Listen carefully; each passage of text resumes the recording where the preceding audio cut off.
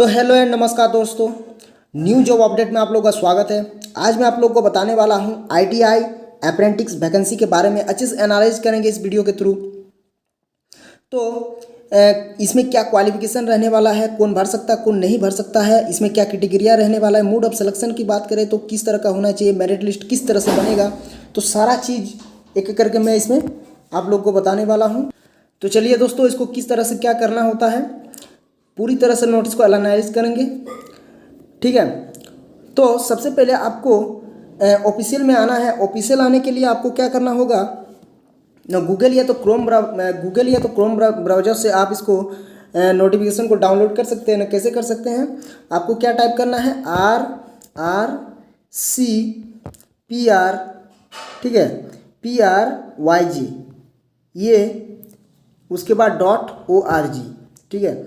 ये अगर आप सर्च करते हैं तो आपको ऑफिशियल लिंक मिल जाएगी, ठीक है। ऑफिशियल लिंक मिलने के बाद आपको किस तरह से नोटिफिकेशन डाउनलोड करना है वो भी हम इस वीडियो के थ्रू आपको बताएंगे। देखिए किस तरह से आपको यहाँ पर इस तरह का एक पेज खुलेगा। पेज खुलने के बाद आपको स्क्रॉल करके नीचे आना है। नीचे आने के बाद यहाँ पर आप देख पाएंगे, जैसे देखिए ये जो नोटिफिकेशन पब्लिश हुआ है तो ये किस तरह का नोटिफिकेशन है। देखिए notification against engaged of act apprentice zone notification RRC NRC 2201 for the slot of, ठीक है। उसके बाद जो लिखा है इसमें,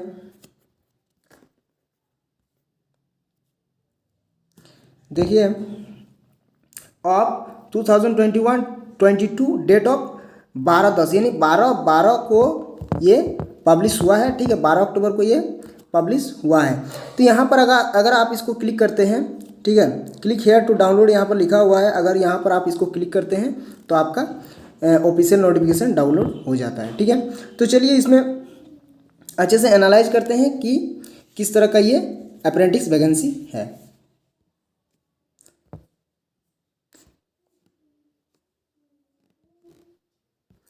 तो चलिए ये रहा ऑफिशियल नोटिफिकेशन। देखिए सबसे पहले इसमें बात कर लेते हैं कि ओपनिंग डेट, ठीक है, 2/11 से ये अप्लाई स्टार्ट होगा। 2/11 यानी 2 नवंबर से ये अप्लाई स्टार्ट होगा, ठीक है। इसका क्लोजिंग डेट क्या है, 1 दिसंबर तक, ठीक है। 1 दिसंबर तक आप इसको अप्लाई कर सकते हैं। मोस्ट इसमें क्या क्या रहने वाला है वो चीज़ हम देखते हैं कि इसमें जैसे सबसे पहले एलिजिबिलिटी कंडीशन, ठीक है। ये तो एक चीज़ बता दिया है इसमें कि the application should have completed 15 years of age and should not have completed 24 years age 1/12/2021 के अकॉर्डिंग, ठीक है ना। क्या बताया इसमें कि 15 साल एक तो आपका 15 साल एज कंप्लीट होना चाहिए, ऊपर से आपका 24 साल भी इधर होना चाहिए। किसके अकॉर्डिंग ना, 1/12 के अकॉर्डिंग। तो किसका कितना बनता है ये आप लोग देख लीजिएगा। उसके बाद आगे देखते हैं, आगे हैं SC ST और OBC। ये तो एज रिलेशन का बात किया है, ये नोटिस के मुताबिक बताया जाएगा कि किसमें कितना एज का छूट दिया हुआ है, ठीक है। उसके बाद क्या है, ये सारा का सारा जितना दिया हुआ सब के सब एज रिलेशन का बात किया हुआ है कि कौन किसमें किसके बीच में भर सकता है, ठीक है। जैसे एक तो दिया 1/12/1997 फ्रॉम 30/11/2006, इसी के अकॉर्डिंग आप इसको भर सकते हैं। उसी तरह ये जनरल का बताया तो SC ST OBC सब तरह का इसी का बात किया हुआ है। अगला क्या है, यहाँ पर जो हाईलाइट दिखाया गया है ये एजुकेशन का बात, क्वालिफिकेशन का बात क्या है। तो क्या क्वालिफिकेशन रहने वाला है, ये मोस्ट इंपॉर्टेंट बनता है। The application should have already pass the prescribed qualification on the date of issue of this notification, ये ठीक है। जो बताया गया है, जो डेट इशू किया हुआ है उसी के अकॉर्डिंग ये बोल रहा है। उसके बाद जो बताया गया है कि the candidate must have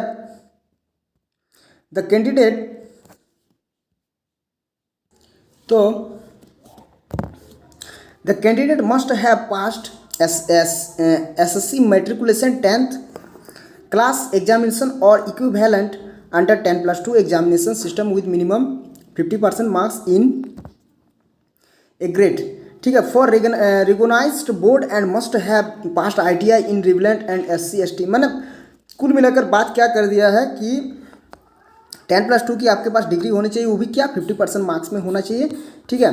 clearly कहा गया है नोटिस में 10+2 होनी चाहिए और 50% मार्क्स होने चाहिए। ऊपर से एनसीबीटी, एससीबीटी, कोई भी आपका जो आईटीआई का ट्रेड है वो आईटीआई का जो डिग्री है एससीबीटी भी चलेगा, एनसीबीटी भी चलेगा, कोई दिक्कत नहीं, आराम से इसको भर सकते हैं। ठीक है, आगे क्या कहा है इसमें कि ये तो इसका जैसे इसमें फिटर है, वेल्डर है, वेंडर है, आर्मेचर वेंडर है, मशीनिस्ट है, कारपेंटर है, इलेक्ट्रीशियन है। तो इसमें ट्रेड की बात करें तो ये दिया है इसमें फिटर, वेल्डर, ठीक है, जितना सारा है सारा का सारा इसमें ट्रेड दिया हुआ है। किस तरह का ट्रेड है ना, प्लम्बर, जितना सारा है सब इसमें ट्रेड दिया हुआ है। ठीक है, आईटीआई ट्रेड के वालों, आईटीआई वालों के लिए। उसके बाद यहाँ पर मोस्ट इंपॉर्टेंट चीज़ कहा गया है, the application whose SSC matriculation 10th and ITI result are awaited as on the date of notification are not eligible to apply। यानी 12/10/2021 किसी का ऐसा होता है कि रिजल्ट का इंतजार होता है, लेकिन नहीं, 12/10 तक आपका कंप्लीट हो जाना चाहिए नोटिस के मुताबिक। ठीक है, 12/10/2021 के मुताबिक आपका कंप्लीट हो जाना चाहिए, तभी आप इसको फिल कर सकते हैं, वरना नहीं कर सकते। कोई अगर अपीयरिंग में है तो वो नहीं कर पाएगा अगर 12/10 के पहले हैं। ठीक है, इसी के अकॉर्डिंग आप इसको फिल कर सकते हैं। उसके बाद जो कहा गया है कि इसमें देखिए जो मोस्ट इम्पोर्टेंट बनता है उसी को यहाँ पर डिस्कस किया जाएगा। हाँ, पेमेंट की जहाँ तक बात करें तो एप्लीकेशन फीस नॉन रिफंडेबल, यानी पैसा आपका वापस नहीं किया जाएगा। ठीक है, आपका 100 रुपया लगने वाला है, इसमें पूरा साफ साफ कह दिया है। No fees required to be paid by SC ST PWD women applicants. ठीक है, ये क्या क्या बोला है कि ना SC ST और PWD के लिए इसमें कोई किसी तरह का फीस नहीं रहने वाला है। ठीक है, वो लोग फ्री में इसको अप्लाई कर सकते हैं। उसके बाद ये तो ऑनलाइन थ्रू ही, ये तो एक चीज़ और बताया गया है इसमें कि fee will be to made online through. ठीक है, आप इसको ऑनलाइन ही पेमेंट कर सकते हैं, ऑफलाइन नहीं चलेगा। ठीक, उसके बाद जो है मेडिकल फिटनेस की जहाँ तक बात करें तो selected candidate called for document verification will have to submitted medical certificate in the. ठीक है, ठीक, तो जब आपका सिलेक्शन किया जाएगा तो मेडिकल सर्टिफिकेट आपके पास होना चाहिए, यही बात बताया गया है इसमें। और लोकोमेटर डिसेबिलिटी, यानी जो विकलांग वाले होते हैं ना, उन लोगों के लिए ये बताया गया है। ठीक है, मैक्सिमम डिसेबिलिटी तो किस तरह का क्या है ये आप लोग अच्छे से देख लीजिएगा, जो विकलांग के अकॉर्डिंग है। ठीक है, मोड ऑफ सिलेक्शन की जहाँ तक बात करें तो mode of selection of the eligible application for impacting training under the apprentice act, ये तो 1961 की बात किया, based on merit list which would be prepared taking the average of the percentage of marks obtained by the application in both matriculations with minimum 50% marks and ITI giving equal weight is to both। यानी आपका tenth का भी इसमें अगर selection जहाँ से start, यहाँ पर अगर सिलेक्शन की बात करें तो सिलेक्शन अगर इसमें किया जाएगा तो 10th की बेसिक से ही किया जाएगा, यानी 10th में 50% मार्क्स आपका होना चाहिए। ठीक है, ये बहुत इंपॉर्टेंट रखता है, अच्छे से इसको पढ़िएगा नोटिस को।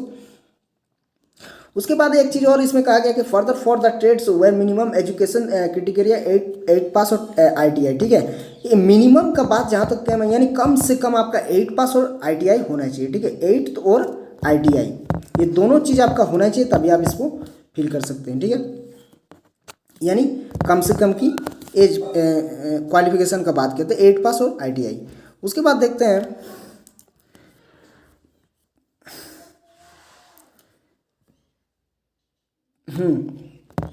ट्रेनिंग पीरियड की अगर बात करें तो ट्रेनिंग पीरियड में इसमें कहा गया है, ठीक है, the selected application are required to undergo apprentice training for a period of 1 year. ठीक है, मतलब ट्रेनिंग पीरियड आपका 1 साल का होने वाला है। ठीक है, 1 ही साल इसमें ट्रेनिंग पीरियड होगा। उसके बाद क्या है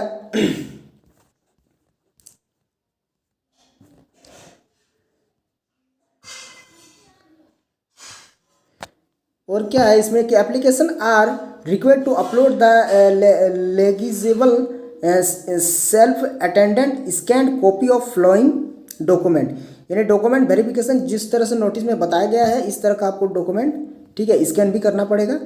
तो आप लोग देख लीजिएगा अच्छे से नोटिस को कि क्या क्या इसमें डॉक्यूमेंट्स अपलोड करना पड़ेगा स्कैनिंग में, भरने के टाइम में।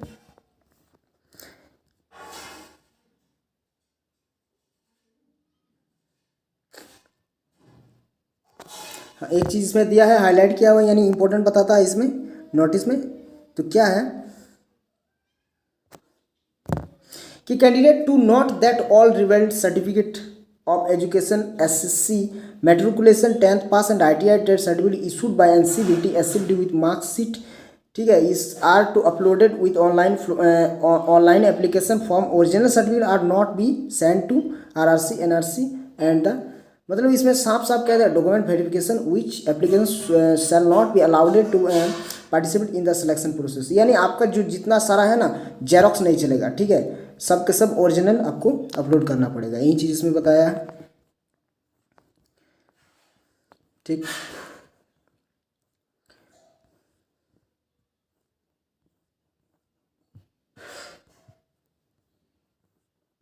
उसके बाद जो बताया दोस्तों,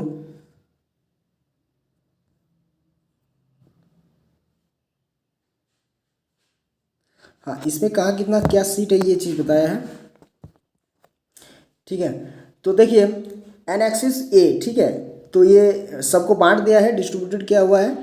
तो फिटर वालों के लिए यहाँ पर देखिए, जैसे यहाँ जनरल है, OBC है, SC है, ST है, ठीक है, जितना सारा का सारा यहाँ पर कैंडिडेट का ये है, ठीक है, कास्ट है। तो यहाँ पर जो बताया गया है कि फिटर है, trade, welder, technician, carpenter, technique, painter general के लिए, ठीक है, टोटल इसमें 364 सीट है, ठीक है, किसमें ना स्लॉट में, किसमें स्लॉट अलॉटेड में, ठीक है। उसके बाद जो है जनरल में यहाँ पर 149 है, उसके बाद SC में देखिए 55 है, ठीक है। तो सारा का सारा आप यहाँ पर सीट आराम से देख सकते हैं, कोई दिक्कत नहीं।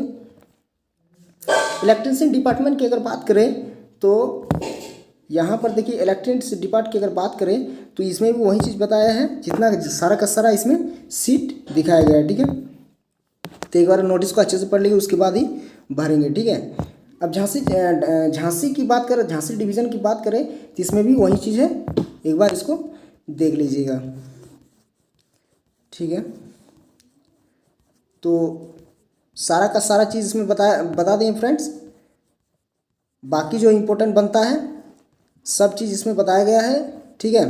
तो वीडियो कैसे लगी कमेंट सेक्शन में आप लोग ज़रूर लिखिएगा। तो तब तक के लिए थैंक्स फॉर वॉचिंग।